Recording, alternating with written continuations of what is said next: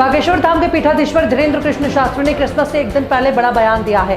मंगलवार को महाराष्ट्र के जलगांव यात्रा से पहले बागेश्वर बाबा ने भक्तों को आशीर्वाद वचन सुनाते हुए कहा कि इस देश में रहने वाले ईसाई और मुस्लिम भी हिंदू हैं, क्योंकि यह देश हिंदुस्तान है। ईसाई और मुसलमानों की 8वीं 9वीं पीढ़ी हिंदू थी। उन्होंने कहा कि इस देश में रहने वाले सभी सनातनी हैं, कोई भी पराया नहीं है। हमने प्रण लिया है कि जब तक जिएंगे। मध्य प्रदेश कांग्रेस कमेटी के अध्यक्ष जीतू पटवारी और विधानसभा के नेता प्रतिपक्ष उमंग सिंगार ने अपने 1 साल का कार्यकाल पूर्ण होने पर कांग्रेस नेता राहुल गांधी से मुलाकात की। इस दौरान राहुल गांधी ने मध्य प्रदेश में चल रहे कांग्रेस के आंदोलन की जानकारी ली और जनता को कांग्रेस से जोड़ने के लिए मंत्र भी दिया। उल्लेखनीय है कि 17 दिसंबर 2023 को जीतू पटवारी ने प्रदेश अध्यक्ष के रूप में कार्यभार संभाला था। उत्तर प्रदेश की योगी आदित्यनाथ सरकार ने प्रदेशवासियों को बड़ा तोहफा दिया है, जिससे प्रदेश में चलने वाली एयर कंडीशन जनरत और शताब्दी बसों में किराए में कटौती की गई है।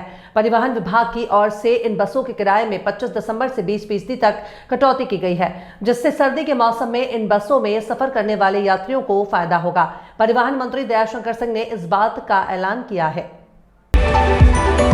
उत्तराखंड में निकाय चुनाव का माहौल गर्म है और देहरादून में राजनीतिक पार्टियों के दफ्तर इस समय टिकट के दावेदारों से गुलजार है, खासकर तब से जब राज्य सरकार ने 39 सीटों का आरक्षण स्टेटस बदल दिया है। कई सीटें जो सामान्य थी अब अचानक आरक्षित हो गई हैं और आरक्षित सीटें सामान्य, इससे कई उम्मीदवारों की रणनीतियां पलट गई हैं। बीजेपी और कांग्रेस दोनों के दफ्तरों में सुबह से देर रात तक चहल पहल बनी रहती है। रिलायंस इंडस्ट्रीज भारत की सबसे बड़ी कंपनी होने के साथ ही मोस्ट वैल्यूएबल कंपनी भी है, लेकिन रिलायंस के स्टॉक में पिछले कुछ महीनों में जैसी गिरावट आई है, उसके बाद शेयर बाजार की सबसे कीमती कंपनी होने का तमगा छीनने का खतरा मंडरा रहा है। कंपनी के स्टॉक में 8 जुलाई 2024 को ऐतिहासिक हाई छूने के बाद से 24% की गिरावट आ चुकी है। देश के सबसे बड़े राज्य उत्तर प्रदेश में बड़ी खबर सामने आई है। सरकार ने पीएम किसान योजना से लाखों लाभार्थियों के नाम काटने का फैसला किया है। भारत विश्व की 5वीं बड़ी अर्थव्यवस्था है। हमारी अर्थव्यवस्था की असली ताकत हमारी मजबूत कृषि और किसानी है, क्योंकि भारत एक कृषि प्रधान देश है और हमारी आबादी का 70% हिस्सा खेती किसानी कार्यों से जुड़ा है। सरकार किसानों को प्रोत्साहन देने के लिए कई कल्याणकारी योजनाएं लॉन्च करती है। इस क्रम में प्रधानमंत्री किसान सम्मान निधि योजना मौजूद समय की सबसे बड़ी योजना मानी जा रही है।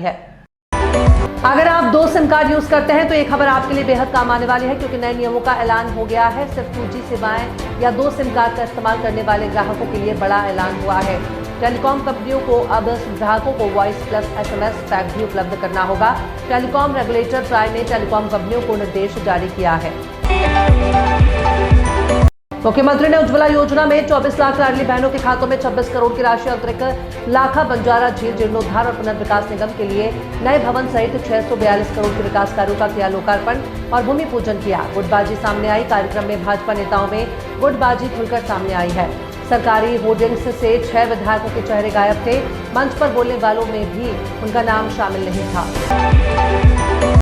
क्रिसमस को प्रभु यीशु के जन्मदिन के रूप में मनाया जाता है। यह पर्व पूरे विश्व में बड़े उत्साह के साथ मनाया जाता है। हालांकि क्रिसमस ईसाई धर्म से जुड़े लोगों का पर्व है, लेकिन इसे लगभग सभी धर्मों के लोग बड़े धूमधाम से मनाते हैं। क्रिसमस के दिन बच्चों को सांता क्लॉज से उपहार मिलने की उम्मीद होती है। इस समय लोग एक दूसरे को उपहार और मिठाइयां देते हैं। गिरजाघरों और घरों में क्रिसमस ट्री को मालाओं से सजाते हैं। क्रिसमस के मौके पर हर कोई एक दूसरे को कुछ न कुछ विश करता है।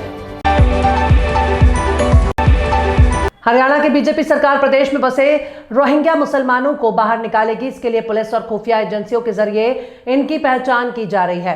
पुलिस की टीमें लगातार झुग्गी झोपड़ियों में जाकर इनकी पहचान से जुड़े कागज चेक कर रही हैं। भाजपा का आरोप है कि प्रदेश में जब कांग्रेस की सरकार थी तो रेवाड़ी, नूह, महेंद्रगढ़ और फरीदाबाद में बांग्लादेश से आए रोहिंग्या मुसलमानों को बनाया गया। खुफिया एजेंसियों ने अलर्ट दिया है कि ये रोहिंग्या प्रदेश में अपराध और देश विरोधी गतिविधियों में शामिल हो सकते हैं।